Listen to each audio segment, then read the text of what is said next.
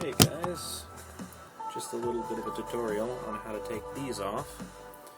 I don't know if you guys can see this, but on these injectors my hands are very dirty because I've done it to 5 of them already. These injectors have this little, I don't know what you'd call that, sort of like pressure fitting on there, and it won't come off by just pulling. So, the FSM says to use a heated soldering iron and cut through the... Yeah, it's total BS. You're never going to get it done because it's not going to do it. So, X-Acto knife. And you cut through... I don't know if you can see that, but you cut through all the way down as far as you can reach, and even in there a little bit. Then, flathead screwdriver. See if I can show you guys this. You wedge it in there, nice and good, and then you walk it along the edge. I don't know how you see that. That's a little better angle. You push it in. You grab with your thumb this top part of the injector hose. You grab the bottom injector, and then you pull them like this. And I need to walk mine over a little bit more. But I have just done this with 5 other injectors. This is the 6th and final one. There we go. So, directly opposite the cut, and then you just pull. And assuming this one doesn't completely delaminate on me, because none of them have yet, although they are in pretty bad shape.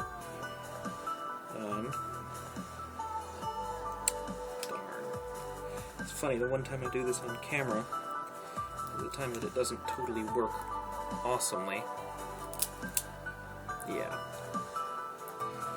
Well, that's no fun. But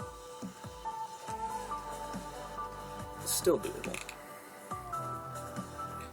See, this is if you plan on replacing just the hose and not the injector itself. There we go. It's starting to come out. And you're going to need to just keep cranking at it a little bit. And sometimes this will happen, where it'll break. No worries, you can still get it out. Just try and pull it as much as possible.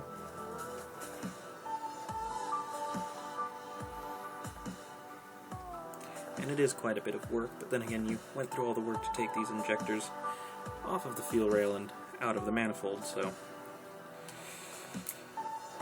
you might as well go through all of the work to fix them. And this may be a little butchery or blasphemous to some of you. Oh, and just as an example, I did manage to get one of these off. You can't see. I did cut it most of the way. Not the entirety of the way, but most of the way.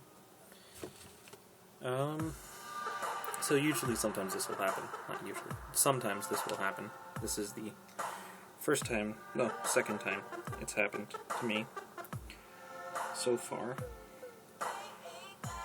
And that's not that big of a deal, honestly.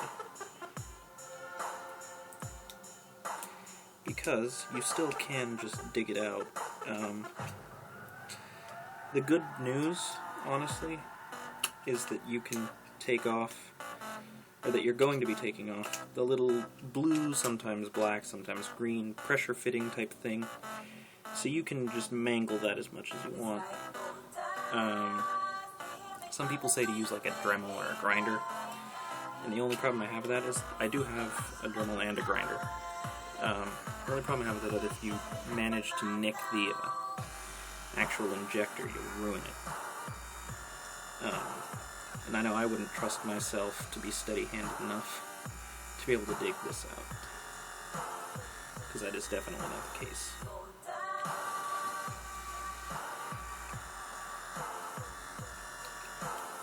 And it's okay to use the top of the injector barb, because it is made of metal, and the rubber is just rubber. But you have to be careful with the other side of the injector, because that is just a little plastic piece jutting out the end.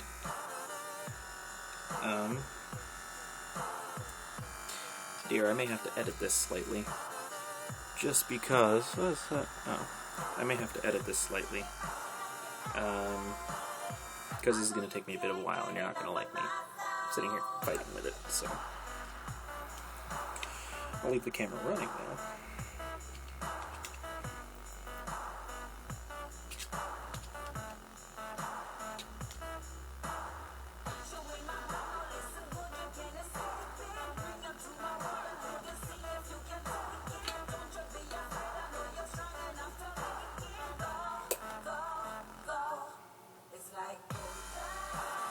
Aha! Okay. There we go. So I did get it out, actually, the first time, it turns out, but I didn't notice it, and I didn't capitalize on it, which is a bummer. But it happens. See right here? That flat edge.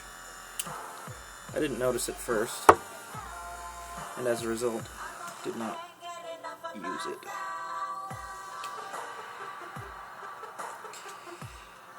And this injector hose is 30-something years old. There we go. It's at a nice, odd angle. That's no fun. Aha!